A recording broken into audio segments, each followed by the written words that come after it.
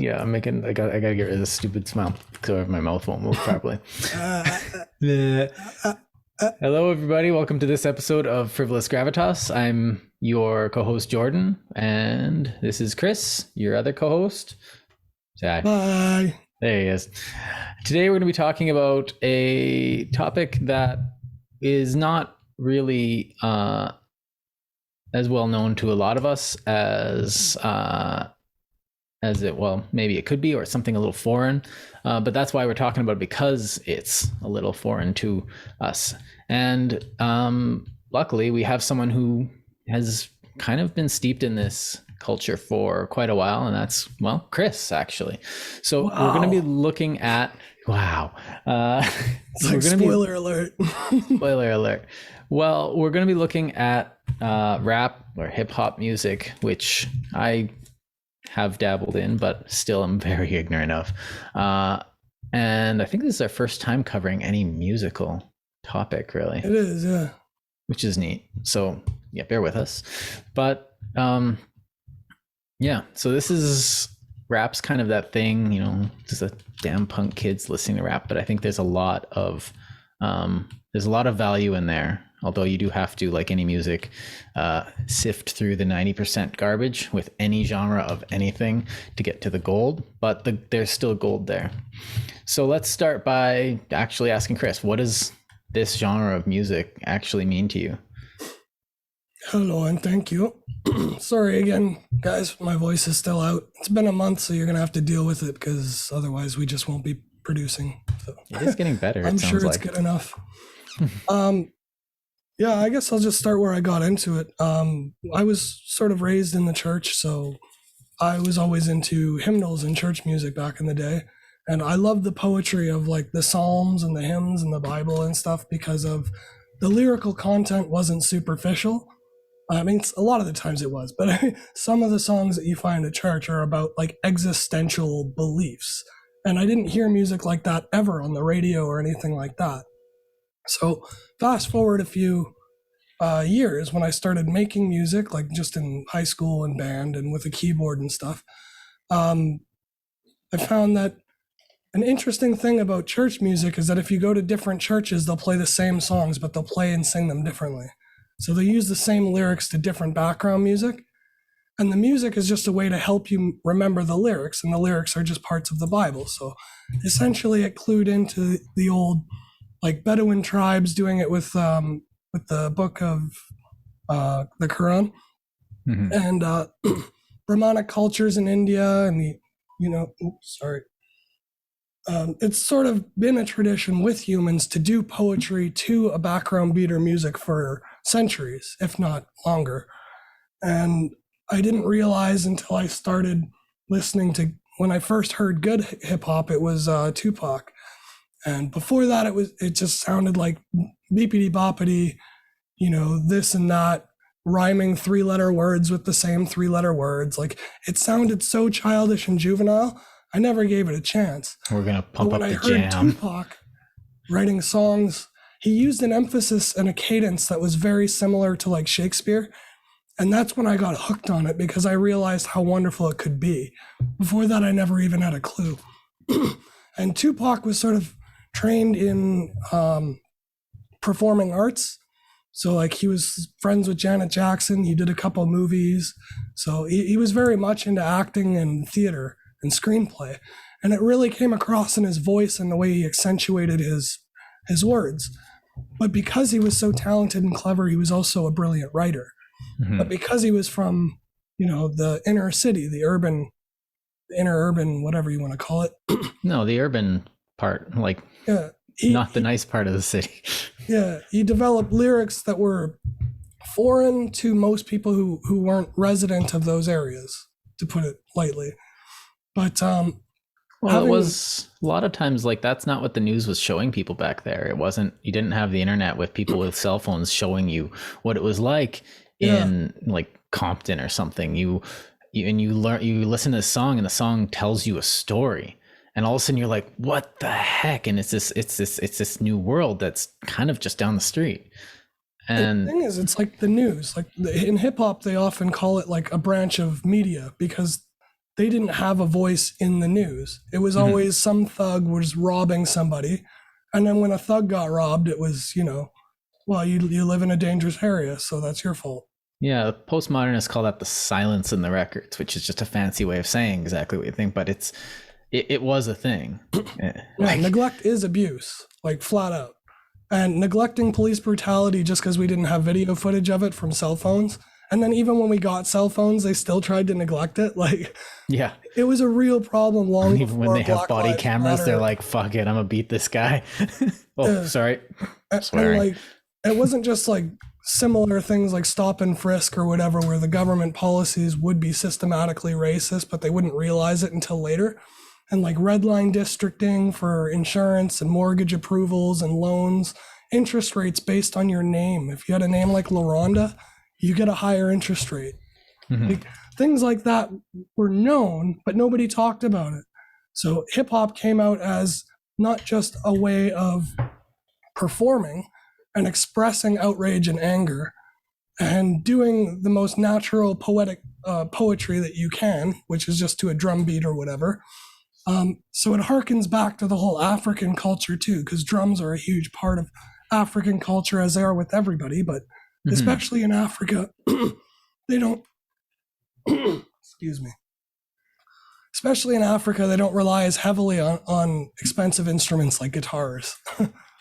Well, a drum is every culture develops some sort of percussion instrument, but they used it in every culture used it in different ways.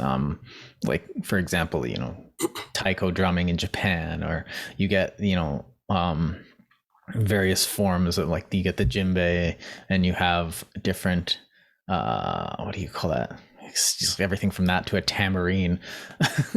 So it's not to say that it's unique to African culture, but what's unique is in African cultures, the drums were central, whereas in other countries, mostly the drum is a supporting instrument. It holds a rhythm for the other instruments, basically. Yeah. In Europe, a lot of times they relied on brass or woodwinds to, like, a lot of fanfare. With Europeans just like their blaring horns. Yeah, and pots. And there's nothing wrong with that. It's just different. But in the Black culture, which is where hip hop and rap sort of derived from, they were hearkening back to their African roots, one, but two, they couldn't afford other instruments, so it just made sense.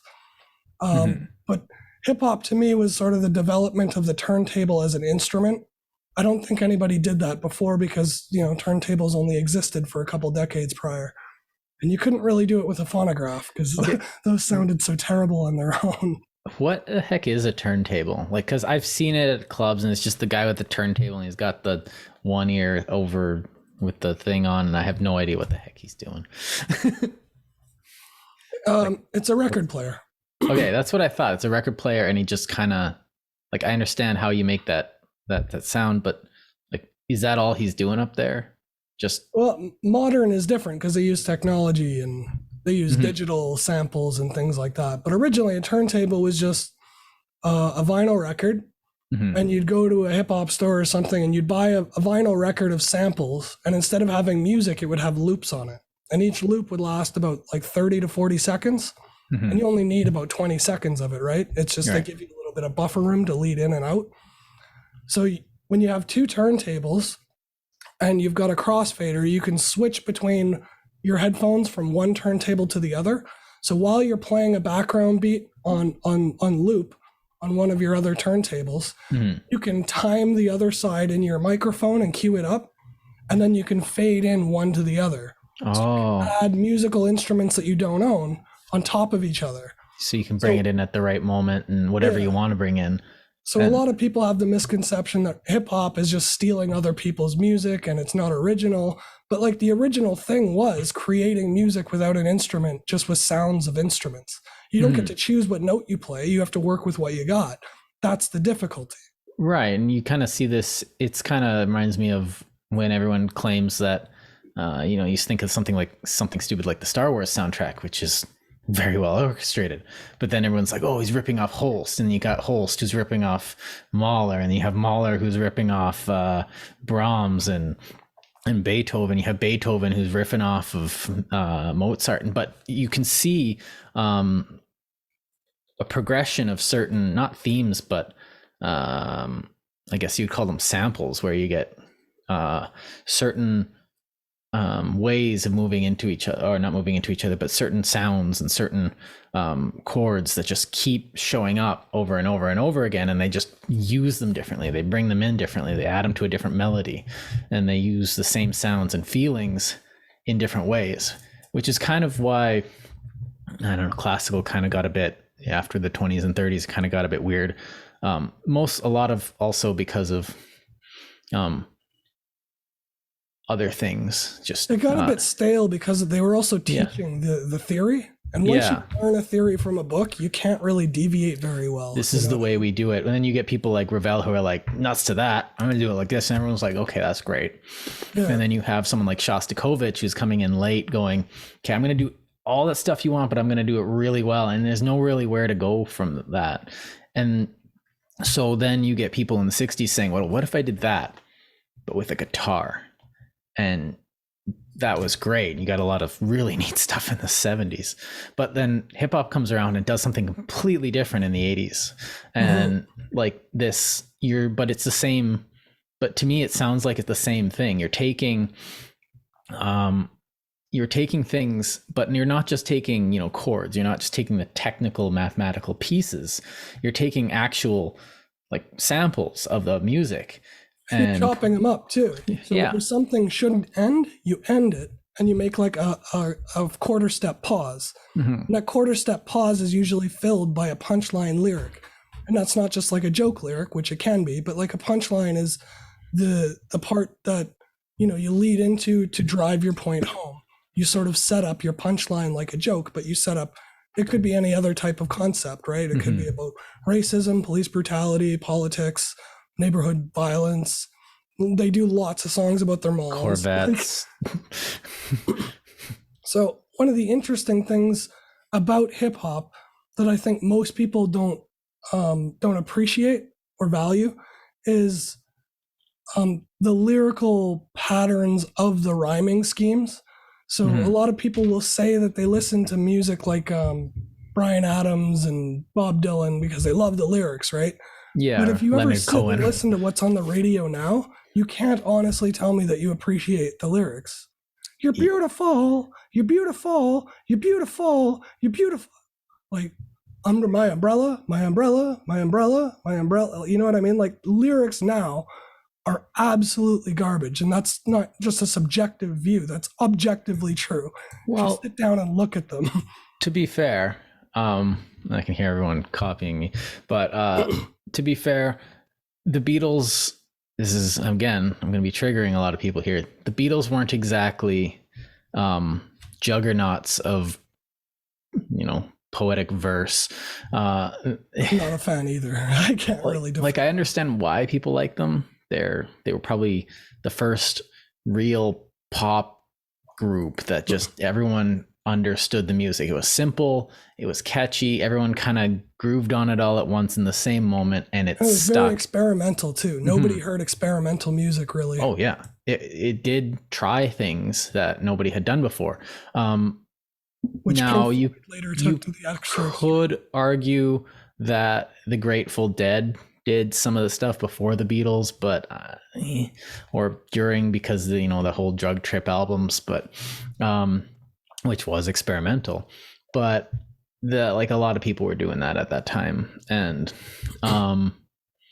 but the lyrical aspect of some of the stuff was that you're getting at is like, has its, and I'm going to go into my expertise, it always associated with me with like old poetry. You get something like oh geez, I can just pull something off the wall, like T.S. Eliot or Frost or something like that. Yeah, well, even something like just let me see here. You get something like Shakespeare, where as sparrows, eagles, or hath hair the lion. If I say sooth, I must report. Like, you get this dun dun dun dun dun dun dun dun. dun, dun. And that's iambic pentameter. Now, if I go into that, I'm going to be pedantic as heck, so I'm not going to, but all you need to know is that all that means is da dun, da dun, da dun, da dun. And so, or you get something like a sonnet, which will have an well, I'm talking in French mostly, but you'll have the Alexandrine format. Now, these are all very codified. This doesn't happen in hip hop or rap as far as I know. And so you get the Alexandrine, which is in a sonnet, you'll want the da-dun, da-dun, da-dun, da-dun, da-dun, da-dun, da-dun, da-dun, da-dun, da-dun, da-dun, da-dun. And you'll kind of want that. But it's not like in a song where the notes are driving the melody. The words themselves are supposed to carry that melody in itself, which is why like Shakespeare works, because you don't notice it going dun, dun, dun, dun, friends, Romans, countrymen. You just, it's like, why does that hit? Because the words themselves drive that, the melody of the thing. And this, it seems, is to me what hip hop is leveraging, whereas everything's relying on, I don't know, you think of like you think of just any song from like the 80s or something, there is an element of that. But a lot of times when the song's riding on the melody itself is the most important, or because you want it to be catchy. Or you get something like Hendrix, where the words are poetry, but, well, obviously they're poetry, it's written in verse, but what's keeping the song isn't that. It's the sublime talent of Hendrix on his guitar or something like that. That's what's carrying it. But rap has to kind of rely on the words, because and it's a wonderful constraint, because what it does is it forces that much more emphasis and effort and attention to the writing. So when people are looking for a melody, hip-hop's just, that's not what you listen to hip-hop for, right? And if you're listening to for like a lot of lyrics, you'd need like an 8-minute long song to do that in traditional rock. It's so inefficient. Slowly. So, well, because you get a verse, which is usually 4 lines, maybe 6, and they're not long lines if you look at any lyrics. And then you get a chorus, which repeats tap, tap, tap. Yeah, there's not enough time to actually establish a really cogent, thought out idea. I mean, sometimes there are, and those are the greats or whatever, but like people like Leonard Cohen made their living not on their singing or their ability to play guitar. It was on their writing. And Bob Dylan was an awful singer, but like his writing was unmatched really from anyone else of the era. Well, how many songs from the 70s or 80s were covers of Bob Dylan songs that no one knew were Bob Dylan songs? Like half of the stuff on the radio was a cover of a Bob Dylan song when I was a kid growing up. Yeah. So in getting back to like the popular perception of hip hop being something that just steals instruments and stuff from other music, that's not the point of the music though. So it's like kind of saying the cheese is taking over the pizza. And it's like, well, pizza is its own thing. Like it's completely separate from the other stuff. Yes, it has cheese and other things have cheese on it, but like a pizza is not a hamburger. They can both have cheese, but they're not the same thing. Well, it's at some point that's an exercise in just definition, which isn't productive. Really. You're saying, well, what kind of, like, it's me. The reason when I say I'm describing a sonnet, we can describe a sonnet because a sonnet was essentially a game. Because you want to say something and it has to be risky, but you can't let yourself, you can't out yourself enough. So you have to say just enough to make everyone titillate a bit and wonder who's getting into trouble with whom. And you have 14 lines and it has to sound like this and it has to rhyme like this. So it's like a limerick, which is also kind of a game, you have, or haiku or whatever. Yeah, exactly. And haikus are, it's a lyrical game, but there's some good sonnets out there, and they have artistic value. And when you try and define it, like, oh, I must have this, that's technical, that's game rules, that's constraint. And you do need constraint to some extent because freedom is just noise at this point. But it's the structure that gives us a love of music, though. Like even with rock and experimental stuff that just sounds like it's going off on like waterfall solos and things like that, those aren't just random noise. The reason why it sounds different from a bunch of stuff falling off the counter is because even though it's very quick and sharp and staccato, it's very precise. And that's what made Hendrix and, you know, all, Santana and all those kind of guys really famous, is their ability to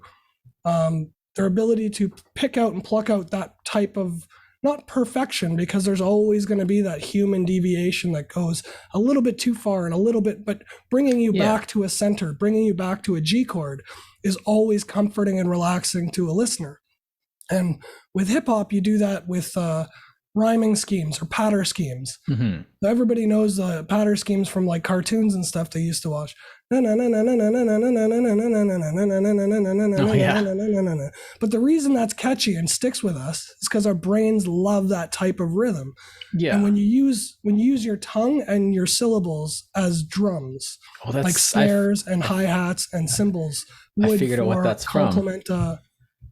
I am the very model of a modern major general. I have information, animal, vegetable, and mineral. I can quote the Kings of England, and then I know the fight's historical, from Marathon to Waterloo in order categorical. And that's, I could go on. Enthralling. Like anybody who hears you start wants to hear the punchline at the way that it comfortingly falls to a perfect timed place. And that's what hip hop is. It's about leveraging that rather than the melody. So if people listen to rap listening for a melody, they're gonna hate it. That's not what it is. It's not a hamburger, it's a pizza. And I think what I'm saying is like scientific categorization doesn't help, and that's different than the rules of the game. So I think that's all I was trying to get at, but I kind of wanted to tack that on there, but and just for some awesome examples of this, like I mean, Tupac might be a little bit too gangsta for most people, but if you listen to Chino XL, he does songs that are just about wordplay. Instead of saying I like rap because of words, he actually writes a lot of really complicated raps about like grammar and punctuation. Like he's got one song called Wordsmith that's the whole song is like that, but it's all puns on punctuation in a rhyme in a song without singing, right? Like the whole thing is meta. But he knows what he's up to. He's not just being like, yo, I'm gonna talk about what I want. I mean, sometimes he does too, but like that's sort of the thing about rap music, is that it was a form of expression to be heard when nobody was listening to you. And everybody feels like that sometimes, no matter what your skin color or where you live or work or whatever. Kids go to school knowing that their teachers don't give a shit about their opinions. You know, their teachers are there to instill opinions. Well, that shows up. Teachers listen, but most adults don't listen to kids, so kids like rap. Well, that shows up a lot in the in kind of the nature of it, because you get something like 60s folk hippie music, and it's very relaxed. It's very passive. Hip hop is it's by nature seems to be very aggressive. You know, I'm gonna tell you exactly what I want to tell you, and it might just be, yo, I got more money than you. I've got more shit than you. I'm better. A lot of that is fantasy. What they're doing is, without saying I'm poor and destitute and desperate, fantasizing about all the things that they think about. So instead of listening to it word for word, like, oh, he's just talking about all the women who like him again, what he's actually saying is, I'm really insecure around women. Which is why it's funny when these guys come out and they say nothing else, because they think that's what acceptable rap is, and they're missing the point. That's why it sounds so ridiculous to people who actually listen to hip hop. From the outside, when I see that, a lot of it seems like some of it seems like this is what they're interested in, and that makes sense to me. But a lot of it also seems like this is what's expected of me, because it's been around long enough to evolve a bit. A lot. But I call that the Kanye effect. When you're just in it for glory and fame and for people's attention, then you do the simplest, most superficial thing you can think of. And that's what it sounds like to a superficial person. But if all you listen to was Public Enemy, you'd swear hip hop was a political statement. Right. And I remember It's just sometimes it seems, I think when it seems like it to me is when you have someone come up with like a deep song and then they have kind of an outrage song where they're talking about like, this is bugging me. And it's all really heartfelt. And then all of a sudden comes the weed song and you're just like, sometimes it just seems a bit tacked on because it's just like, oh, now I have to do the thing where, you know, I talk about cars and weed and drugs and stuff, and this kind of harkens back to, you know, when rock and roll had their single that they would play on the radio, and then the rest of the album would have their good songs on it, with the ones that they wanted to do. And that's where context comes into play, though, because a lot of the times, like, and I'm not defending, most weed songs are garbage. Again, they're superficial and they're just there for the attention. Mm-hmm. But the good artists who do weed songs, like Bone Thugs and Harmony do a bunch of drug songs and stuff. What they're doing, though, is they're saying there is literally no other way for me to find peace because I live in hell. Like, it's a way of finding comfort and security in an intrinsically uncomfortable and insecure position in life. And it's not to glorify them or say it's right. It's to say, like, look at how crap this is that I can't do anything else to smile except for get high. Or look at my family members who believe in the words of this song and they just sit on a couch all day and they're addicts. Like, this drugs affect everybody in inner city communities. Their parents, aunts and uncles, and then the ones who aren't involved in drugs have to deal with it walking to a bus stop every day. Like, it's everywhere. It's pervasive and ubiquitous in the inner city. And to because be fair, that's where you go to sell something hand to hand, is where there's lots of people. To be fair, what little I've come across also did contain the theme of every once in a while of lamenting this fact. So like a lot of times, you know, it's like, yeah, we're gonna get high. It's gonna be so high. We're gonna get high. But at the same time, you do get a condemnation of that kind of every once in a while in some music where, you know, they will condemn that use or condemn addiction or lament it, at least, to say that, you know, a lot of times it's just like it's ruining our neighborhoods, that kind of thing. And that's sort of what they're articulating when they have one song about selling drugs, glorifying it, another song about doing drugs, glorifying it, and another song lamenting drugs in their neighborhood, destroying everything around them. Right. It all comes down to a lack of opportunity for economic opportunity. And when you don't have proper education, because they're underfunding inner city schools, because like the insane solution of our administrators and our genius politicians is, the school's getting lower grades, we should decrease funding. Like, oh, we should extend the government voucher program to private schools too, because that's fair.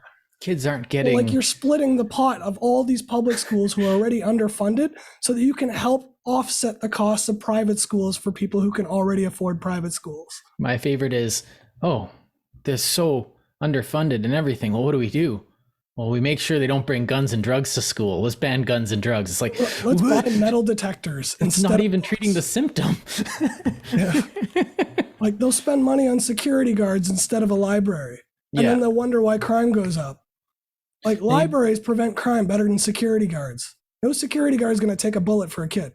Well, some will, but I mean, well, like, you pay for both. They can't take a bullet for all the kids. You pay for both until the security guard is not needed anymore.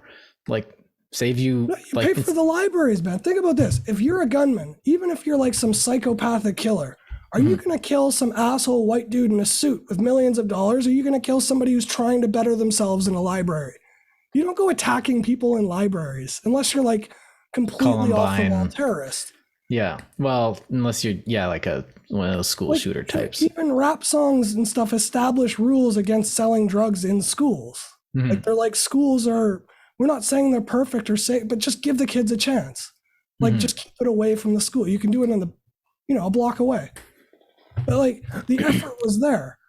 And when gangs started emerging, because there was no policing to prevent crime, and there was a huge insecurity problem, like, people don't realize how stressful it is just to walk to a bus stop worrying about getting raped every day. Like, that messes with you. Going to work at a job you hate for rent you can't afford, and having the risk of physical assault every single time you go, twice a day. Like, that's insane. So they established gangs to help protect the people of their neighborhood, and then the gangs started fighting between each other. And Yeah. because, they were selling drugs and protecting drug dealers, because that's how you fund a gang. You can walk into a bank and start investment banking with your ill-gotten gains to support your gang. The only way to make money with a gang is with drugs. Well, there are other things that prostitution. They're not organized. They're not, okay. We're not talking that big. Yeah, okay. I didn't know what scale we were at here. So. Oh, I'm talking like Bloods and Crips or whatever. Oh yeah, those guys are into all. Those guys have their hands in all types of stuff. Now they do, but back in the 90s when they started up and when they started feuding for 10 years, there were gang wars and drive-by shootings just because of the color shirt you wore. Like absolutely insane, but it escalated. It didn't start like that. It started with this insecurity, trying to help my neighbor out, trying to help the old lady down the street. And then somebody's brother gets killed or beaten up. And then gangbanging's a thing. Now we just beat people up. We don't kill them. We just beat them up. But then extortion it escalates. Money. Violence begets violence begets violence. Someone dies and someone kills someone. Someone kills two people. Like right. Because they kind of, it seems like it works on a culture of honor where, they pretend it does, but that's just like mafia movies that have not like that kind of honor, kind of more like not like, this is samurai honor, not like that. Oh, like try to make it that. It's okay. It's more like, what do you call that? That small time honor where you can't let a slight go. If someone slights you, you're going to lose face, that kind of stuff. So you have honor. Yeah, it's like pretty much where that guy glared at you. Are you gonna let that guy get away from him? It's like, oh man, I gotta go kick that guy's ass. And so there's a lot of like chest thumping and stuff. Whereas like in our culture, I guess, literally us two, like if we did that, it'd be like, why are you doing that? You don't need to puff your chest out. But in the North End, you absolutely do. Like in our city, when I was a kid in the North End, if somebody starts picking on you and you don't puff your chest out, you're guaranteed to have a bunch of people try and victimize you. Well, everyone's going to be like, that's a target. Yeah. And they're desperate. So it's not that these people are evil or, they can't be saved. It's that you've raised them in a state of desperation for so long that this is their mode of operation. They're predators. That's what human beings are. We're predators. Right. So you get that line, the line between good and evil runs down the heart of every man. And when you're put in such a situation, the evil has a tendency to grow. You do need to do evil things in desperate situations for self-defense, See our Locke episode. Yeah, that. But you can do violence for good, but at the same time, desperation can drive people to do some weird, like I've seen North End Winnipeg, where a guy got through 2 mag-locked sets of doors to get to steal some memorabilia.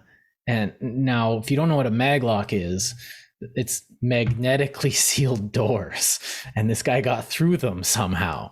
And this wasn't some heist guy. This was just some guy off the street. They found the stuff at a local pawn stop a few 100 meters away. And but desperation makes someone capable of some really interesting and stuff. And I guess it's also a factor of the drugs and alcohol too. So when you flood a community full of drugs and alcohol and poverty, and you provide them insecurity, that's exactly what they're going to turn out to be. Mm-hmm. They're going to turn out to be violent offenders who rob, thieve, and do drugs. And usually a drug addict will try to sell drugs to support their drug habit because it's the only way to make enough money other than stealing to do it. Mm-hmm. And that's a sign of addiction. So addiction being a mental health issue that's not being looked after or treated, of course there's going to be higher crime where there's higher drugs. So like everything spirals from a frame of neglect, where the tax-paying population who doesn't live in these low-income areas don't want to support these people, so it gets worse. And then they try to segregate them, and then they get mad that they're being blamed for being racist. Well, the solution is to stop treating human beings differently based on their economic status.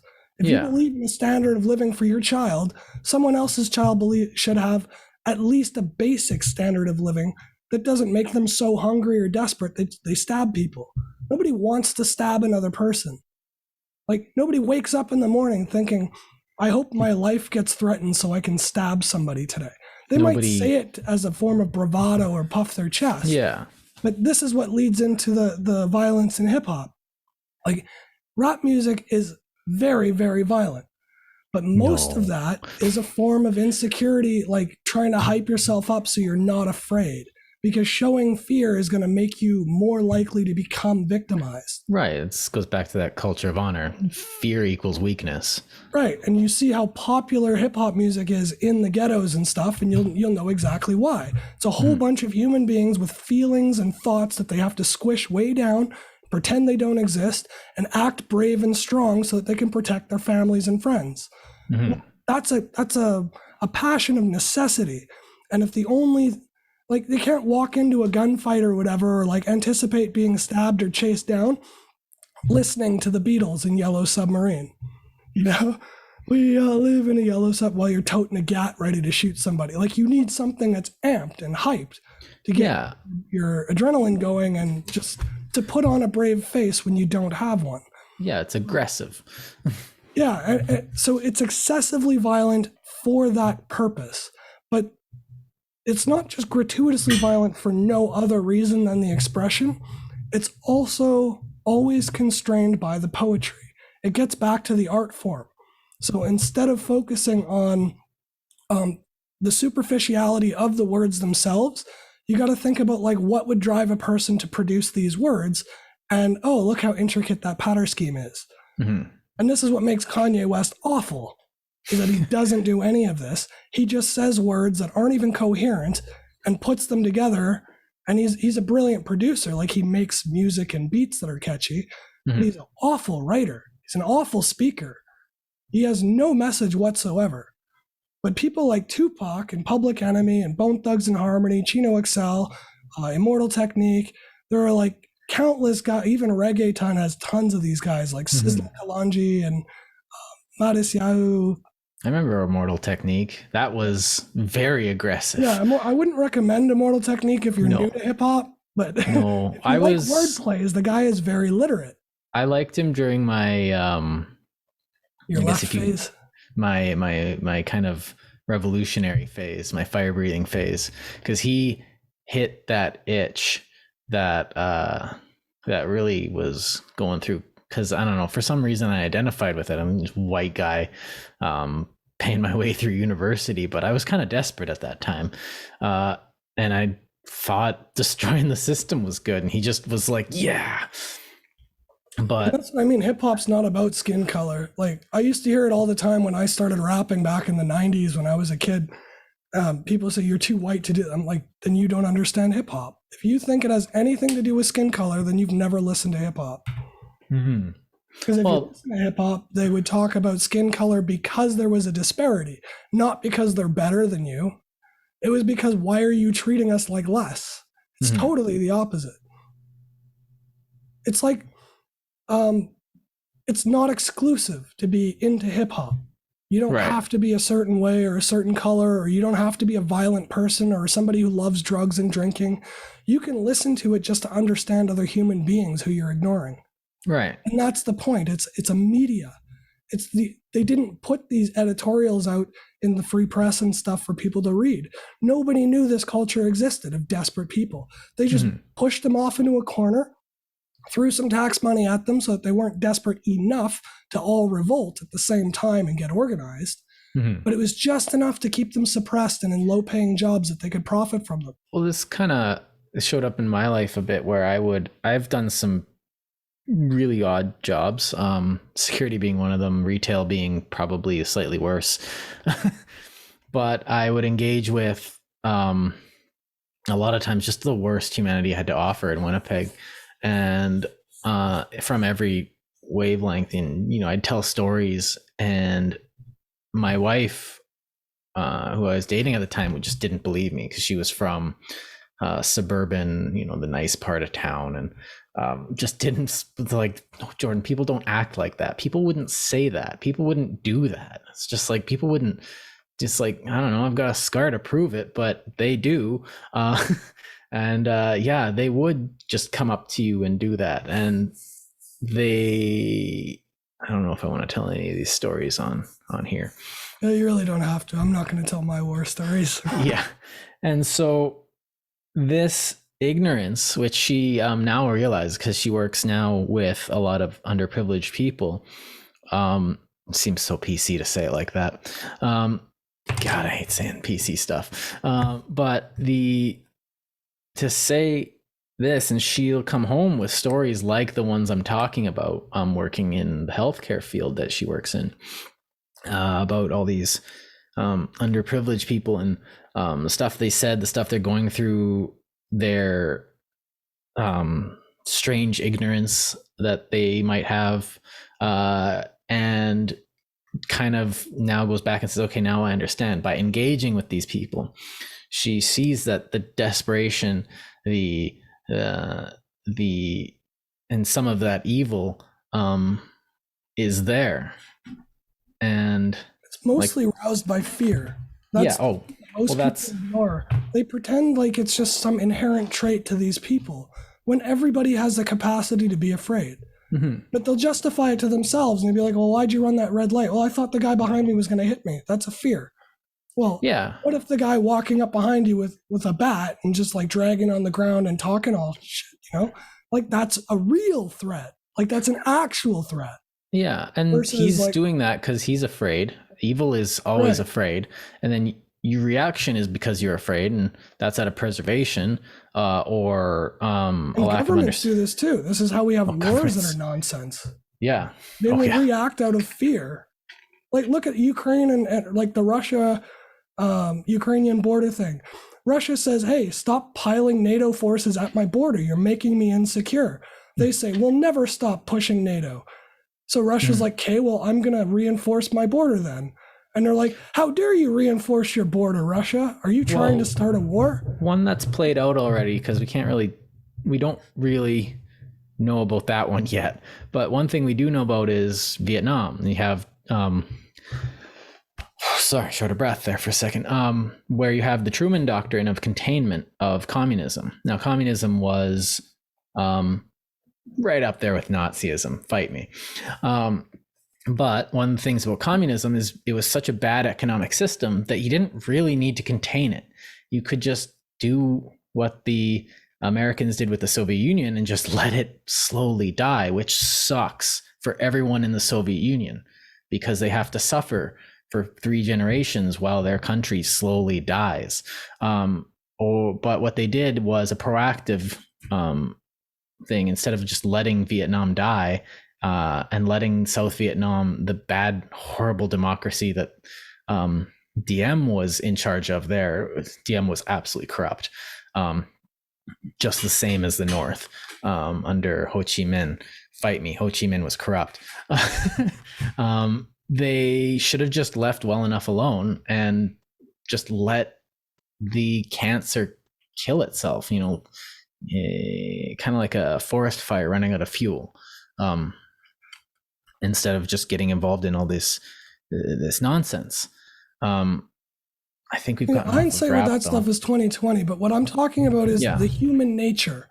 Even the educated, highly esteemed leaders of countries fall prey and victim to the exact same cycle of fear begets violence, begets fear, begets violence. Mm-hmm. This is exactly what hip hop is articulating, but they're using ebonics, so people don't listen to it the same way as a Harvard grad, or as somebody from Cambridge or Oxford talking about social injustice. Well, and that's kind of someone who's an academic, that's kind of the beauty of it, because why should they care what a Harvard professor thinks of their music? And it's the height of cringe when you have Black studies departments, which is just sociology with a narrower focus, but you and you have like that, and then they look at the critical analysis of Tupac Shakur on late 90s. It's just so like, I understand why they're doing it and I understand that they can do it, but it's just, as an academic, it seems like they're missing the point. They're treating it and as from an academic perspective, they're not talking to you, even if you are, but in a philosophical debate or the philosophy faculty, that would be perfectly acceptable to have that type of analysis. Yes. You know what I mean? Because that's what philosophy is. It's just breaking things apart and then writing something creative on top of what you've broken apart scientifically. Right. So I wouldn't say that they shouldn't do it. I would just say that they should do it and put it in music theory and put it in creative writing and put it in poli-sci. Well, you do it should be everywhere. And I think, oh man, I wish I had this person on hand, because I do know a bunch of people that went to the music faculty, and there was someone, I believe, that was looking at this. And that seems like the proper place for it, because it's music. And the poetry faculty seems like it's better for there, because when you analyze it anthropologically, you're taking the message out and saying, well, why are they doing this from a structural or from a postmodern? Blah, blah, blah. Let's analyze it like poetry. Let's find the deeper meaning rather than discussing it politically, because to me that's like a study of context, and it's really hard to sit there with a textbook and teach people to think about context. Yeah. What is Biggie really trying to say here? It's like kick in the door, waving my 4-4. What even is a 4-4? I don't know. I've never seen a firearm in my entire life. But the thing about it is, like, a lot of it's just fun. Half of an album is really fun. I think that's underplayed, and I think that's underplayed on a lot of stuff. I know you just brought it up willy-nilly, but no, it's a huge part of rap. It's just like, I want to see how many weird rhymes I can stick together, so I just say anything to do this one thing. Right. Another way would be like, I want to make a bunch of funny rhymes. So you have another song that's about like falling over a table trying to pick up a girl. Like, half of albums are nonsense intentionally because it's either about the lyrics or they found a really neat, intricate beat that they don't know how to make another song out of, but they want to, promote the producer. Another one could be like, they're not all like political statements. I mean, my album is, but I don't write like most other people. Right. I write fluff. I think that's the conceit of a lot of, like, when you look back on the civil rights music and everyone's like, oh, the music isn't political anymore, it doesn't mean anything. And then you go listen to AC/DC. It's like, oh, okay, practicing what you preach. But the thing is that music isn't just political. It's, it kind of transcends politics to something, because that fun aspect to it, that play where you're playing with each other and your sounds and cadences and rhythms and structures, like you're just bending the rules a little bit here and there. You're just flowing into it, and it works best when you are just flowing into it and you're just kind of letting it happen. And it doesn't need to be political unless, like, that's, I can't believe they did this, and then you just rap about it because that's what's flowing that day. But another day it just might be like, I really like my pistol. And that's fine because that's what's flowing for that person. That's they're following, if I want to bring it back to philosophy, they're abiding according to their logos, their flow, their zen, their Tao, they're following a path. And the music is kind of, I don't know, how do I say this? The music's kind of the street. All music and poetry and a lot of art, but mostly music and poetry, seems like it's the stream itself. And it's a radiation of character and like qualitative values, not quantitative, measurable quanta values, but like a person's character will shine through in an album. They can't hide it. If they like making jokes, they're going to squeeze in a couple jokes here and there because they can't help it. Actually, talk about love a lot, it's because they have a lot of love in their heart. I take that back. Someone you don't like come Viper. Up with stuff off the top of your head and write it down and then record it and then listen to yourself and then publish it without actually believing in what you're writing, unless you're somebody who's just writing superficial crap. Yeah, or overly superficial crap nonsense. Is really easy to spot. Or where you like, oh, I'm gonna do a rap album about the 2008 election. It's like, that's gonna age very well. That's going to be for the flow that's going right now, and that's not going to be for any other flow.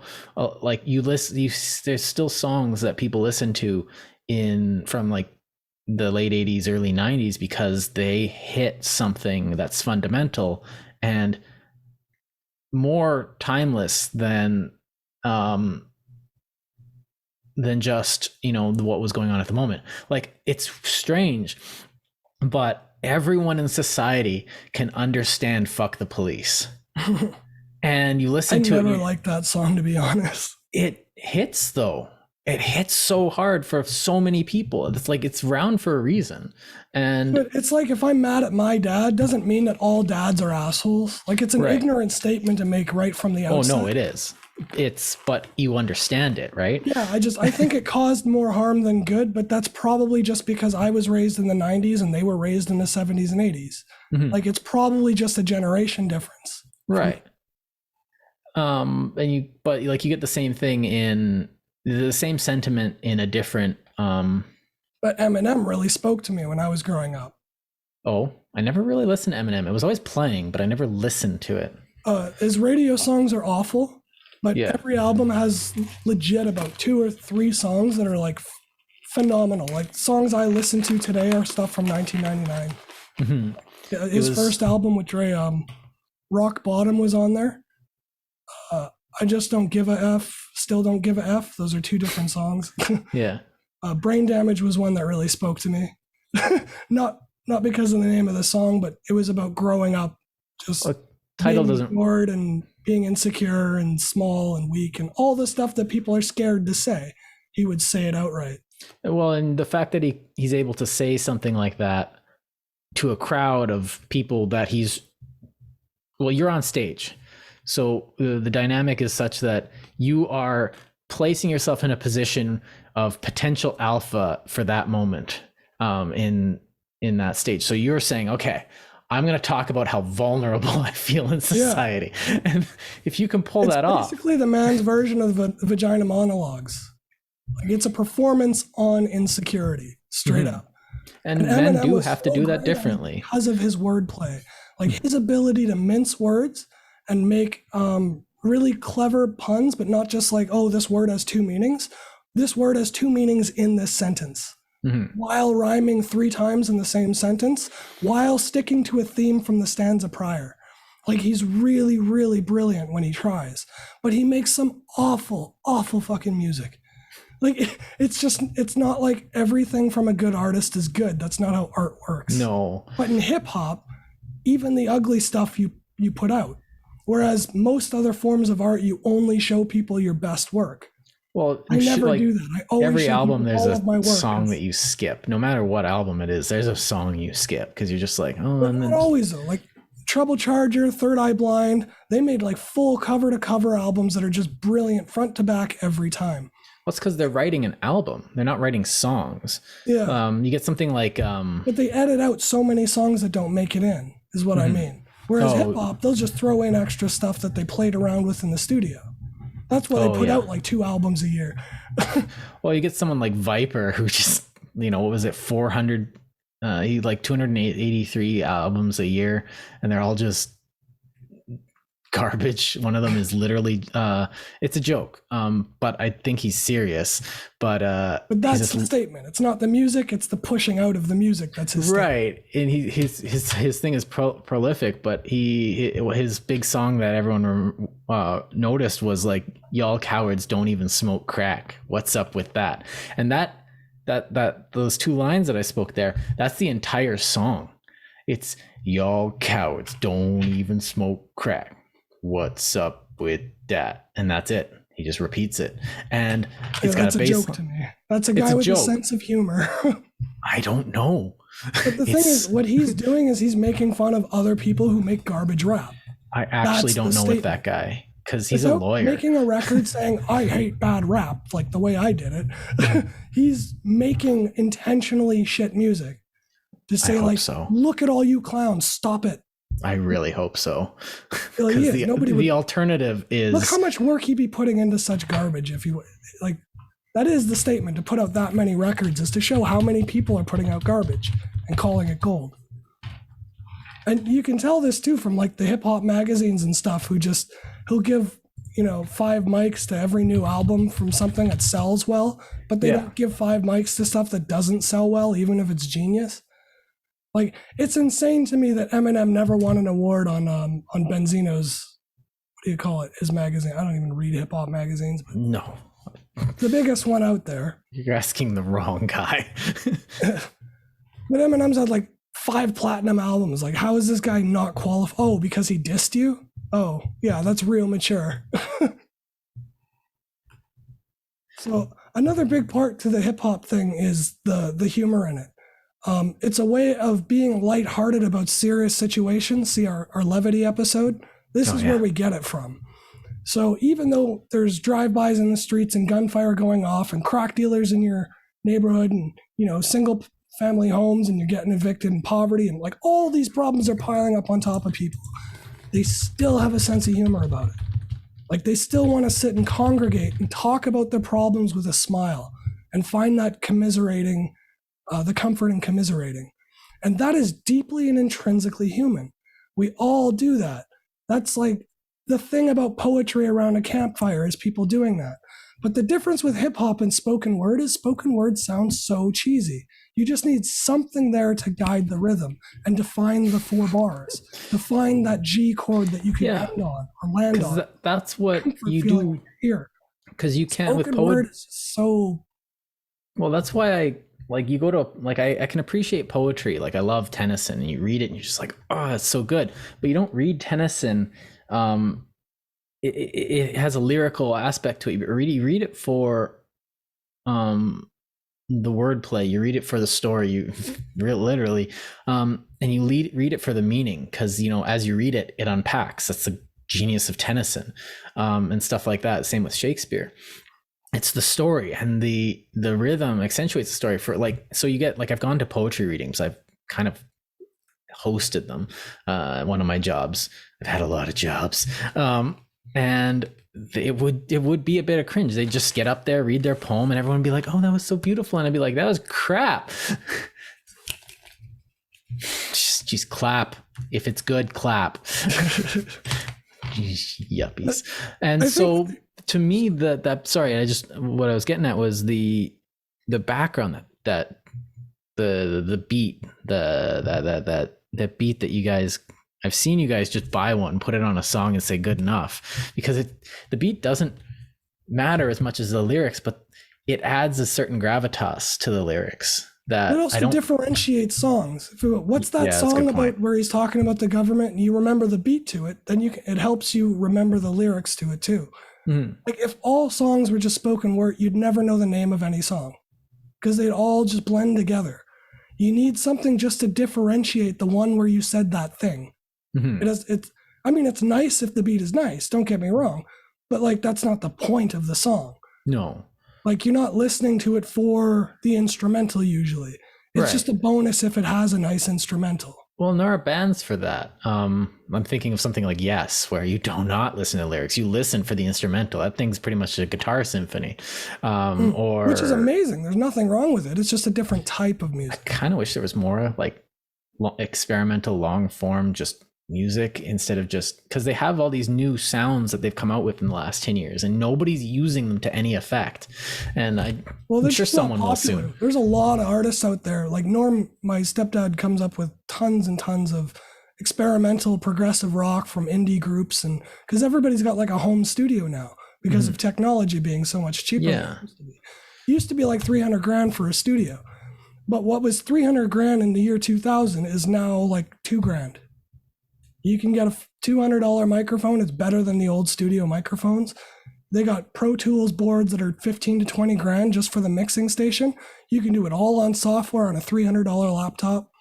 It's slow and it takes time, but unless you have Linux, the fact that to get the equivalent audio processing out, it's slow. Yeah. To put in a de-esser or a compressor, you got to sit and wait for it, right? Yeah, I know. I'm just plugging. It's possible. It wasn't possible before. No, because you had to buy a metric ton of analog equipment that you had to lug around, gear that was which built means just you for need that a task. truck. At least a truck, probably a cube, one of those cube trucks, and you got to lug it around to wherever you're going, which it's an investment. Like now, yeah, everyone's just popping out stuff, which means we have a lot of experimentation. And I'm sure there's going to be some genius to come out of it, but I think right now we're getting a bunch of fluff. But the issue is we destroyed the music industry through digital content, right? So they were sitting on their laurels for so long, collecting all of these royalties and stuff from albums, because people were forced to buy a whole album for $20 on a CD just for 2 songs that they liked. Now they can pay $1.99. It goes straight to Apple. They get 30 cents of that, and they only get that 1 song worth of income instead of 20 songs worth of income. And there were bands releasing 8-track albums, like 8 songs. You pay $15 to $20 for the whole for the whole album. Yeah. But we were allowed to share them between each other before. So we didn't outgrow that either. I still want my digital content for cheap, but I also want to be able to share it with my friends. Now, just mean me. I mean, like, we haven't figured out the industry yet. So the record executives and the companies, they have zero budget to play with experimental because the shareholders force them for profit. And there's almost no profit in experimental music, because you need like 50 of them to get one that the public really likes. It's way cheaper to just back all your funds into 1 or 2 horses and then pay the radio to play it enough that people find it familiar enough that that's all they know and listen to. Well, and that's how you get that's the path to getting really big. But there's a lot of guys online I know that are just putting, like, making doing exactly what we're doing here, making a YouTube channel instead of just talking pedantically about stuff that interests them. They put their music on there, and that's, I think, the harder route, because then you have to rely on the quality of your music, and you actually have to try instead of just paying. It's kind of like, that's the same with books, where you get it into chapters, and then you pay chapters enough millions of money, so that they put your book on a front facing side. And if you get enough money put in, they'll stick it anywhere, which is why if you see it, generally don't buy a book that you see like thing. And it's the same. I guess that's just pay to win.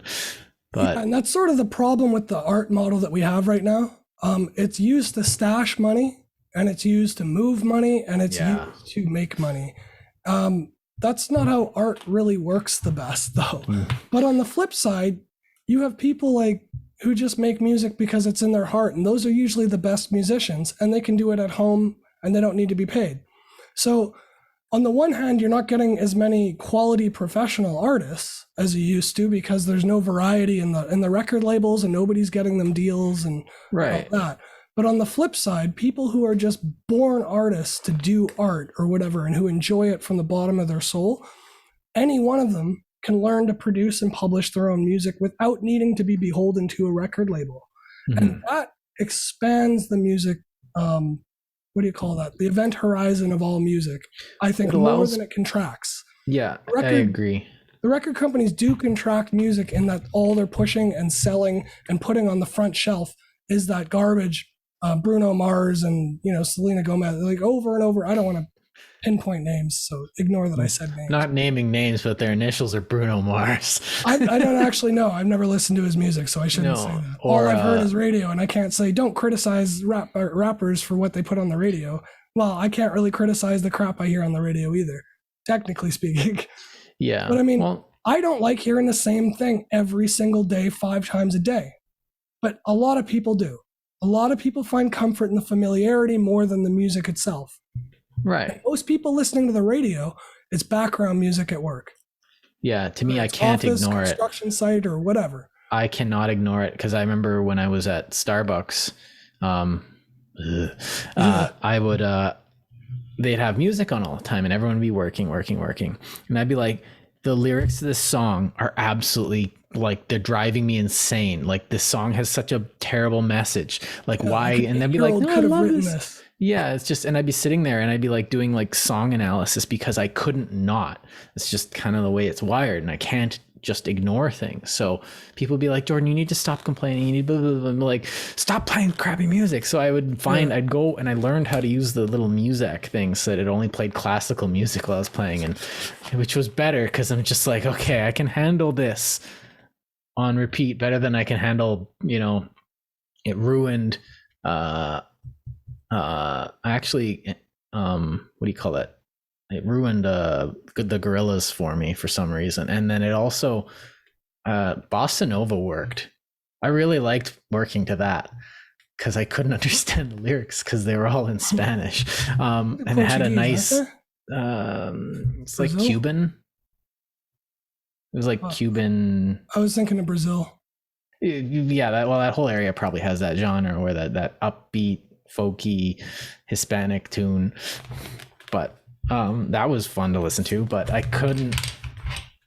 When something repeats too often, I get aggravated. I can't just like, I don't know. I can't do it. So I need something new. But when you only play, like the radio will play the same 8 songs over and over again because they know that's profitable, because they don't want to take a risk, because they're scared.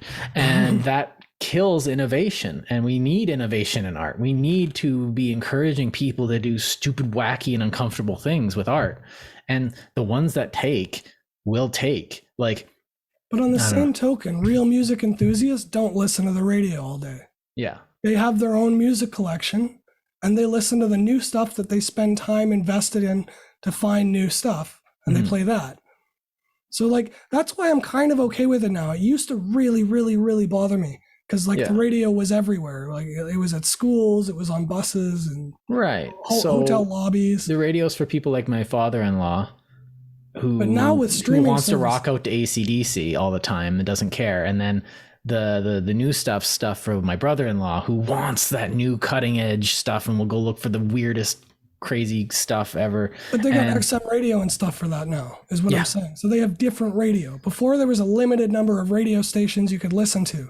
There was the rock one, the country one, the pop one, the oldies one, and the mix. Yeah, and you could just go like there's tons of different services now, not just radio. But now there are hundreds and hundreds of thousands of channels through the internet. So the game has changed so much that it's not, I think it's too early to say whether or not it's going to have a detrimental impact on people. Because on the one hand, I do believe that everybody should be exposed to new music, but it's not like the radio doesn't play anything new. Every 6 months, they kind of rotate in a new song, right? So they're still hearing new things, but they're not into music very much to begin with. So it's a marginal utility gain from every new artist they hear. If they don't like it, they don't like it, right? And not everybody has to be into music. But the point is, or sort of the point that I'm trying to make with it is, the industry has changed so much that it's hard to even say where it's going now. Well, not and that's just because of record labels, but also because of production equipment and because of availability of through the internet. So like, you don't need an FM radio station if you've got Spotify to stream AC/DC. You could just find a radio channel that is, we're the AC/DC radio channel. AC/DC's got enough songs. They got like 300 songs, I think. Like, well, maybe they all sound exactly the same. But you could just play a whole endless loop of AC/DC tracks, and that would repeat less than your pop radio on FM. Yeah. So one of the things, and it's kind of one of the things about music, I'm gonna kind of move forward a bit, is that, and like with anything that evolves, it came from something, multiple things, and it kind of became its own thing, and then it's gonna move on, and it's kind of become, it was, from my perspective, it kind of became its own thing in various genres and subgenres, and it's kind of melded with a lot of like, maybe I'm making a purist argument, but is it gone? Is it like on its last legs, or are we just going to keep hearing the same stuff for a while, or is it going to turn into something new soon? Because it just feels like it's been around for a long time. This isn't something new. But I don't really understand the question, to be honest, because it never stopped changing. Right. I mean, when I was doing it, I started doing it with electronic music because nobody was writing rap to electronic beats. I just thought it was awesome to use synthesizers, and like rave music was my thing back then. I started DJing with electronica. Then other rappers started doing it, and I'm like, oh, they did it better than me. That's pretty cool.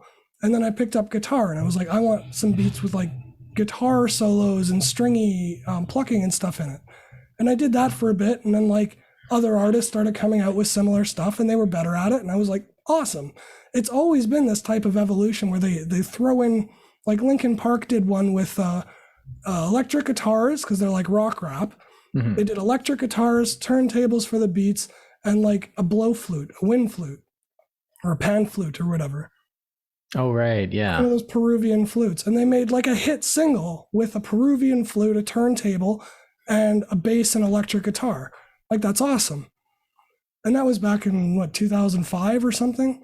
So, like, yeah. Hip-hop has been evolving. Like, rock picked it up, Sum 41, made a bunch of, like, they made a whole album that was like a rock rap album just because their drummer, Stevie, was like, or Steve-O, is super into rap because he's a drummer. Obviously, he's into rap. You get like those Gorillaz albums that had a lot of their songs had rap interludes where, you know, you get this soft beat and then you get a rock beat and then they'd move into a rap beat and then they'd move back in and move in and out. That was kind of one of the things that set them apart in the late 90s. Well, the main thing with the Gorillaz, though, was that the singer was part of Blur, a really famous progressive rock band. So like they took a prog rock influence into a hip hop influence and they made a new thing.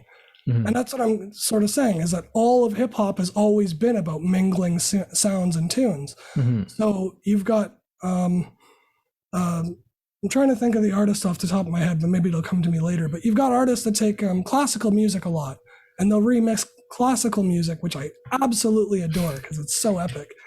But it's really hard to do. Yeah. But you've got excellent classical music rap. It starts with an A. Artificial. And they're just like some Bandcamp indie group, but they're a big band. They're 8 people. They play brass and guitar and string instruments, and they make rap out of orchestra. And it's just phenomenal. Mm. And they don't have a record label. You just pay them direct through an app. Like, We've got so much interesting hip hop out there that I don't understand why anybody would think that it's not going to evolve, because that's all it's ever done.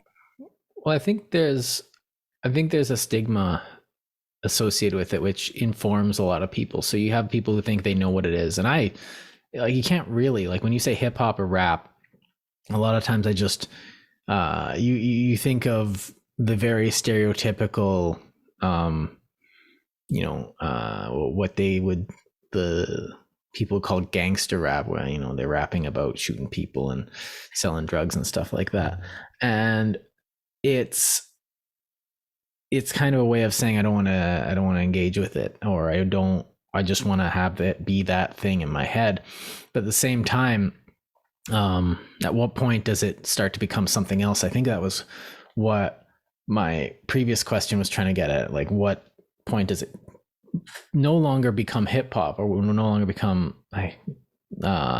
and become something on its own? But I guess that's just when something becomes itself distinct in its own natural way that we can't predict. Well, maybe the way I'd answer that then is to say that hip hop is just the exclusion of singing. Like, the thing that defines rap is the fact that it's lyrically centered and not melodically centered. Mm-hmm. It's basically the only definition. So you could slap it with bossa nova or rumba or swing music. You can throw it with electronica. You could throw it with as long as you're speaking in complex rhyming patterns, that's what hip hop is. Mm-hmm. So it doesn't matter what instruments you put behind it, or what time scheme you have, or how quick or slowly you do it. The only differentiating quality is that it's about the lyrics and not about, like you said before, it's not about the hook. It's not about the repeating part. Mm-hmm. It's about the verses. Yeah. The repeating part gives you a break from the verses so that you have time to process the verse. Yeah. What was he saying? Most radio tracks and pop songs are about the verse just leads you into the epic part of the song, and then you repeat the best part of the song over and over again. Hip hop's the exact opposite. The best part is the verse. And that's the only differentiating quality from other styles of music. Mm-hmm. And so I guess one criticism nowadays would be that it's I don't know, you get a lot of pop rap where it isn't really about anything. It's just kind of about, and it does kind of sound like it's got the hook, but it does have that same flavor to it, but it seems a bit diluted and pushed out the door. Diluted. Yeah. Or I don't even know. I'm trying to avoid sounding like a curmudgeon-y old white guy. I don't even know if I'm successful here, but no, but that's an example of record executives saying, hey, there's money in hip hop, we need in, who do we support? Mm-hmm. And you just find any guy who's making any amount of following or fan base or whatever. Doesn't matter if they're good or not, if they pay. Well, if I think people are willing to pay to listen to this dude show up at a concert, that's the guy you sign a record label to. And once you sign a record label, you're on the circuit. You get the radio play, you make people familiar with the song so that they say, I like this guy because of this one song. And then you've got word of mouth and you get Grammys and you get press. That's the record label side of music. And then it becomes, to me, it's like an episode of The Simpsons where they just, instead of telling jokes, which is what made The Simpsons, and every once in a while they'd have a guest star on, right? But then it slowly became more about, hey, look, it's this guy. And then that would carry the show. And it became the status quo. Whereas now it seems like a lot of times you are there for the guy to come up and say, yo, it's me. I'm me. Come here. Look at me. Which is always kind of what was inherent to rap. You know, the beginning, they're all just announcing who they are, which is kind of seems I hate that. And DJ but that, clue. and you get that becoming the genre in itself, or the diluted aspect of the genre, the corporate aspect, because they can leverage the name. They can't leverage some piece of meaning, because it's like, how do you market a meaningful thought? And well, what's easier to market? The guy. Let's just put the guy out there. Just yell your name and we'll put it out there. And it seems, I'm just complaining about corporate rap, I guess, but it just seems like the message isn't what's being put out much anymore. But I'm sure there's lots of people doing that. I'm like, but that's not what people are seeing. So this is what they think it is. And so again, it's inherent to the style, though. So as soon as you abandon the melody for lyrical depth, then you need thought and attention and context for the song to know if it's good or not, to know if you like it or not, right? Right. If you're listening to it in the background, you'll never get that. So the radio isn't favorable to hip hop that you haven't heard before, unless you're sitting there listening and paying attention to the radio, which most people aren't doing on FM. They're listening to the background while they work. So it's really, really hard for a record executive to justify paying somebody to speak on a record with a statement that is anti-record company and anti-corporate, anti-government and anti-political, and they're swearing in it and it's abusive and people hate the jingoism. Like, there's so much to it for advertisers to hate. They just don't even bother. So the odd time you'll get something really good on there, but it's after they've already established themselves, like Tupac. He didn't just get on the radio because somebody heard a song once. He got on the radio because they couldn't deny how big his following was. Right. It wasn't until after he was super famous that he got on the radio. Same like Kanan got on the radio right away because he got a record deal. But he got a record deal because he made a song where he sings, not because of his rap. He made awesome rap music before he started singing. I really did like his songs though, but I liked his songs because of the meaning. Like "Smile While You're Bleeding" really hit me here while I was sitting there bleeding to get through school. Nobody's heard that song before because it wasn't on the Waving Flags album. It wasn't on his FIFA album, so nobody heard it. That's where he was famous from, because the "Wave Your Flag," which I couldn't stand, because it was just, it sounded like every other like it was teen an anthem. Pop album. Yeah, an anthem with the "Oh way, oh way, ohs" in it. And I just, I don't mind that. It's just a different type of music. To me, that's not rap. It's not hip hop to sing as an anthem. I think part of that comes from just me personally being skeptical of anything that sounds overly happy. Like I don't hate happiness. I'm actually can be quite a happy guy. You're but if skeptical of it. I'm skeptical of unnecessary happiness. Like, why are you happy? I just won $1,000. Oh, that's an actually good reason to be happy. All right, good job. Or I just got a job. All right. It's like, why are you happy? Because I need to be happy. It's like, why? Because you're getting paid to you. I'm sorry. Like, and that's kind of, that was also the time around when I was working at Starbucks where they're like, just smile and don't, like, you're paid to smile. It's like, no. He's giving people what they want, and that's what a record company is going to push you to do. Yeah. And that's why bands like Korn, even though they're not rap, they have the same type of what do you call that? What if you get some guy behind a desk being like, what if you put some, raps in it? And Korn is like a heavy rock industrial type of music, right? And the record label was pissing them off because they were trying to tell them what to write. So they wrote a single called Y'all Want a Single, Say Fuck That. And then they made a music video where they're tearing down all these like record store albums and the shelves and stuff. And they just threw it at the record company and said, that's our single. Publish it or don't. Like, stop trying to tell us what to do with our music. Yeah. That's exactly what rappers had to do. Well, still have to do. Was it Sum 41 or Blink 182 where the record label was just like, you're going to write songs that we can sell as ringtones? Yeah, I think that was Blink. Yeah. Tom DeLonge made like 3 other spin-off groups, and they all got super popular because he's a wicked musician. Mm-hmm. Angels and Airwaves was one. Blink 182 is the other. Travis Barker did his own indie thing. He actually did some work with a rapper, Royce the 5'9". He did a song with what's the other name? I think he did a song with Obie Trice too. It was one of Eminem's pupils. Okay. I'm sitting here going, I know these names. Sort of what I was going to transition to from there was another interesting thing about the hip hop culture and hip hop music is they support each other. You don't often see like Rolling Stones lift up a band that his brother's doing in a garage. Yeah. Like Kevin Bacon did it. He got super famous and then he joined his brother's band just to help his brother get popular. But he just enjoys music and performing. Like, that's totally a Kevin Bacon thing to do. Mm-hmm. But like hip hop artists like religiously lift up everyone around them and try to give them jobs and get them famous too. Yeah, that's something that does seem inherent because there seems to be, from the outside looking in, there seems to be a lot of just inherent collaboration. You get them saying, all right, we're here, this song's with this guy and this guy and this guy, and you're like, I don't know half these guys, but now you know them. And that's how you hear new music though when you don't have the radio. It's through features. Like that is marketing. And that's what's so brilliant about hip hop is it's totally a word of mouth, like grassroots way of moving. Which is, I think, I could say, but that seems to be why it's successful, is because it's bottom up. It's the sound that people understand. And when you push stuff from, I don't know, like that one song, there was that one song from Nicki Minaj. The only reason I know it is because, what's his name?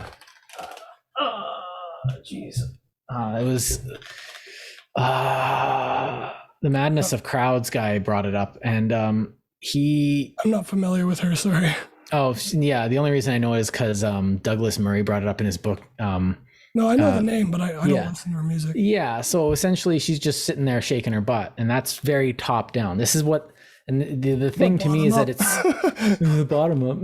But the thing to me is like, this is what they think we want to hear. This is like, it's sex. They're selling you on spectacle, and they're selling you, and it's very blatant. And when you say it's not blatant, they're like, oh, well, you're just being sexist against women, or you don't like black people. It's like, I don't like that music.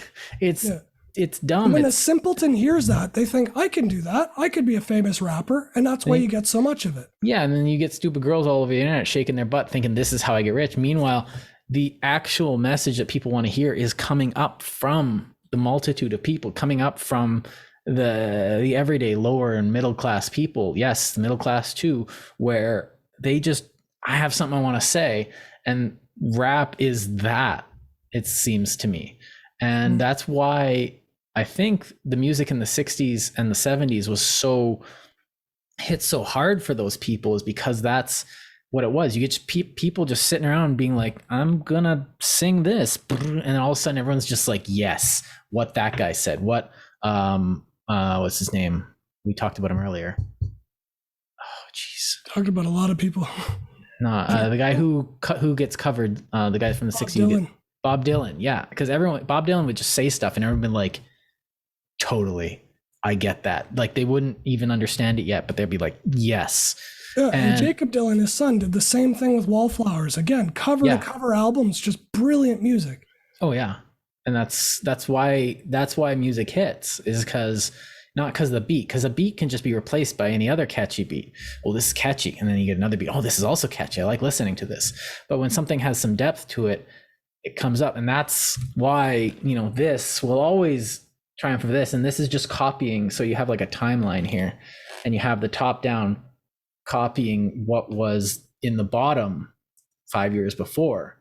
And I don't know. I think to me, like the best is if you can find somebody who's so obscenely talented that they can do all three. If they can produce something that's not only catchy, but has an awesome hook to land on that people love the melody of, and they can write something with depth, so when you hear it for the 10th time, you catch a new pun or a new wordplay, then it's got retention, right? Like that's staying power of listening. Well, and if they can also do that while performing, those people are just the best artists in the world, in my opinion. And that's why when you gave me some stuff, and I'd like throw away some of it, be like, this is crap, or this is good. And I'd pick up a couple that were like, that I listened to, and I'd listen to it like a book. I found, because I listen to audiobooks obsessively. And when I say obsessively, I mean obsessively. And I would listen to some of these songs that you give me. I think Sage Francis was one, Immortal Technique. You could dig into them. Now I don't really like them much anymore because I kind of moved past it, but then I've already deciphered it. But one of the things is I was absorbing it a lot, like I was absorbing poetry. You read it once and you're like, whoa, and you read it again and you're like, oh, that's also neat. And there's something different you unpack every single time. That's why good poetry is good, because every time you read Shakespeare, there's something new. I've read Macbeth like 3 times, and every time I read it, I pick up something that I'm like, oh, I didn't even notice he did that. And it tickles your brain. Like you get this shot of endorphins or something when you hear a pun that you didn't hear before. Like Sage Francis has so many, and this one song he does called Guns Yo, and it's like making fun of gun fanatics, but like not fanatics, but like rappers who are talking about their guns. Yo, I've got my 9mm. It's like, yeah, me I got too. more It's back in my issues safe. than guns and ammo, and like these guys are sucking off each other's gats and pistols. Like he's just funny about it, right? But it's a clever funny because it's like word plays. It's not just making fun of people like you're stupid. It's really, really clever schoolyard humor. Yeah, some of his later albums just seemed like he was having woman troubles. They were still clever, but he started. I think he grew out of it though. Most rappers do, because you're really into it in your early 20s and 30s maybe, but like you can't people jump around on stage and point at the crowd when you're 50, because like you just like, this is ridiculous. Well, because people you get this self-awareness of how silly it looks. Yeah, you get, well, it's kind of like wheeling a guitar guy like Keith Richards out and saying, all right, do the Rolling Stones now. And he's just like,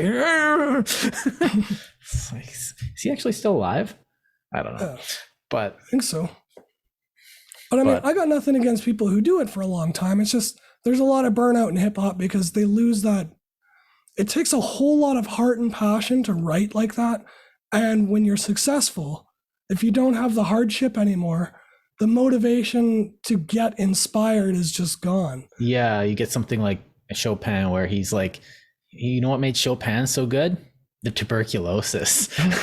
It's I hate to say it, but you can hear it and it's there. And I think the other thing is that a lot of times you get your brain as you get older doesn't have the same, I don't know, how do I say this, elasticity, but you just, to me it seems like music acts a lot like sports.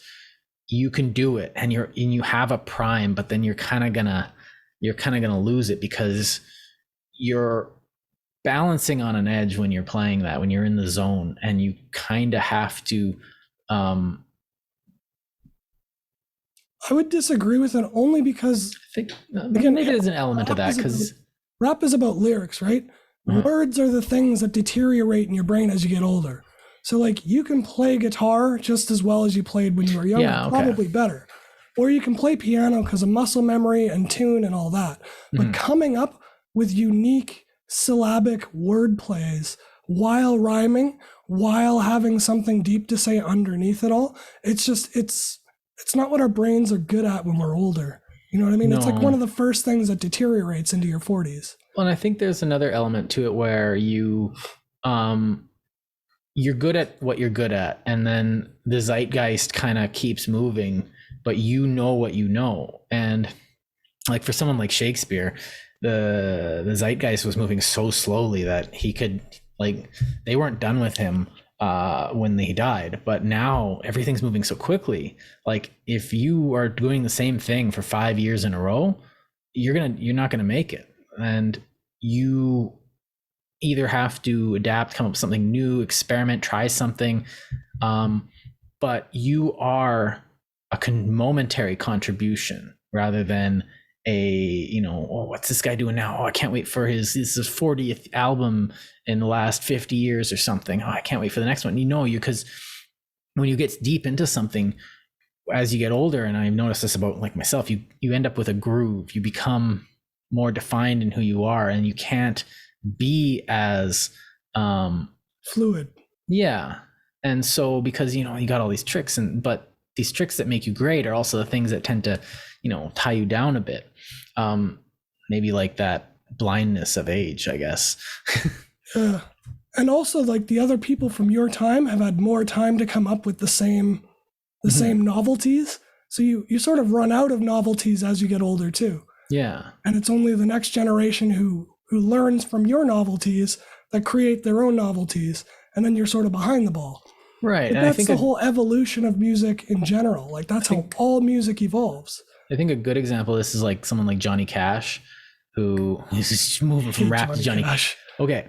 Johnny Cash's early stuff was like all of it. I hate all of it. But then his later stuff was, he just got really melancholy, and he just was like, I'm going to sing some deep songs and I don't care if you make, but he changed right near the end where he was, I don't listen to him religiously. I just, but some of his later stuff is very dark and it's very meaningful. And it's not just like, I went out in a burning blaze of fire. No. He's talking about like getting old. He's talking about failure. He's talking about fucking up in life and regrets and stuff like that. And you hear it and there's someone actually talking there. And it's like, okay, he's doing something different, something meaningful, and it's coming from a different place.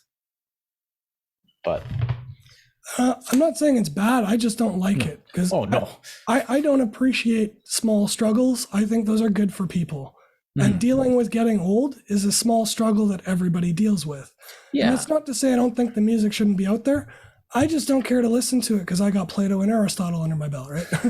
Well, like, it's its own thing, and you don't have to like everything. I think that's as far as that needs to go. But that's the same with hip hop. Not everybody needs to love word plays. Not everybody needs to like hip hop. And if somebody listens to music for a melody, that you're not going to find it in rap. You might find it here and there. You might like one or two songs here and there. But like, you're better off trying to go into reggae because reggae is like half rap, half singing. It's not full-blown singing, but it's not full-blown rap.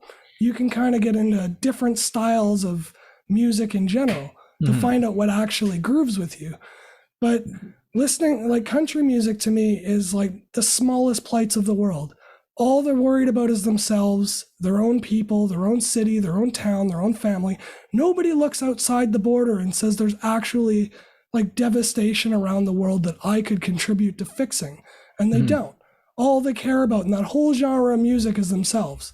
And people say that about hip hop, which is really ironic. Well, and I was going to say that sounds a lot like hip hop to me. The way I look at country is the way other people look at rap. So I fully understand and appreciate why people don't like rap. Just as I hope people understand and appreciate why I don't like country.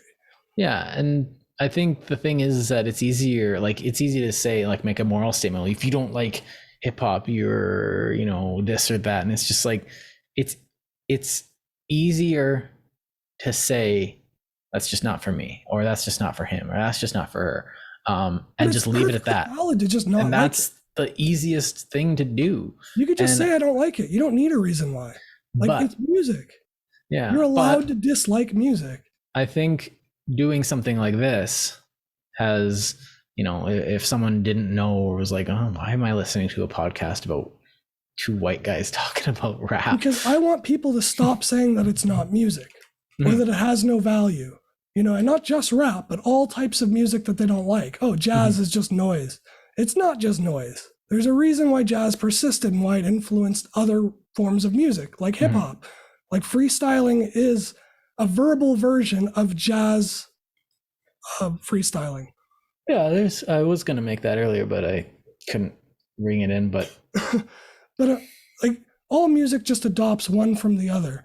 And the importance is not dismissing music just because you don't like it. It's perfectly fine to dislike music and state that you dislike it and not even give a reason for it or know a reason for it. You don't have to care like underneath it all in your psychology why it doesn't really jive with you. But the point is to not deny that type of appreciation and accept the fact that other people do like it. Because if you limit what you listen to, then that's also going to limit what gets played on the radio, which limits exposure to other people who might like it. And that may mean nothing to you and I personally, individually. But what we want as a society is for kids and people to be exposed to novelty, because that's what breeds creativity, and creativity and invention fix a lot of the hardest problems in society. Music is a way for our brain to restructure and think of other problems, because it gives us an expectation, it gives us a plan and a rhythm, and it breaks our expectations for a little jolt of endorphin every now and then. One, I think novelty, but like meaningful novelty, novelty. And because you get us, like you have to sit down and read and listen to the song. Because like we have almost like hyper novelty right now. You go on Reddit or something like that, and you just scroll, novelty. Every second is novel because it's something new. But when people are repeating things they heard from other people, it's not novelty. Right, but if you actually listen to a song, that's like it's like the difference between hearing the title and reading the book.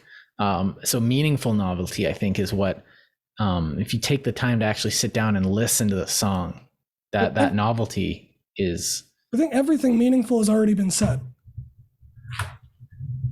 Oh yes, in one sort of way. Or meaningless. Meaningless. So like everything meaningful is novel. That's what. Yes. Okay, that's what you. But everything that's not meaningful has already been said before. It's just noise. It's people stringing words together that don't make sense that you've already heard. I've already heard a whole bunch of nonsense. Just because they use different words to make a different nonsense doesn't mean it's not nonsense. Novelty to me, when I say it like that, I mean something that's not just new for the sake of being new. A new meaning is novel. A new chord progression is novel. A new sound is novel. So it's not just the message or the words, but like bad rap is not, there's nothing new about it. They use the same rhymes, they use the same rhyming schemes, they use the same beats, they have the same subject matter. Nothing about it is unique. Even if that song has never been specifically done before, that song has been done before. It ends up sounding stereotypical. Yeah. And so when I say novelty, I mean meaning. But yeah. Oh yeah. Important distinction. I think that's a good place to start to round it up. I think that was a good thought to leave it at. Maybe people can get into it. Is there a place to start? My music. Your music, yeah. Go see Kris's album. Yeah, and I don't just say that for shameless self-promotion. It's because I cover the gamut of like politics, relationships, music, media. Like in my album, I cover it all.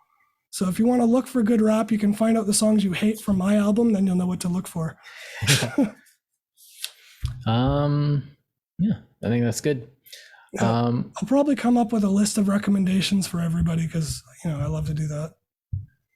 Not too long, because like whatever. You got 5,000 characters in the description we're not using.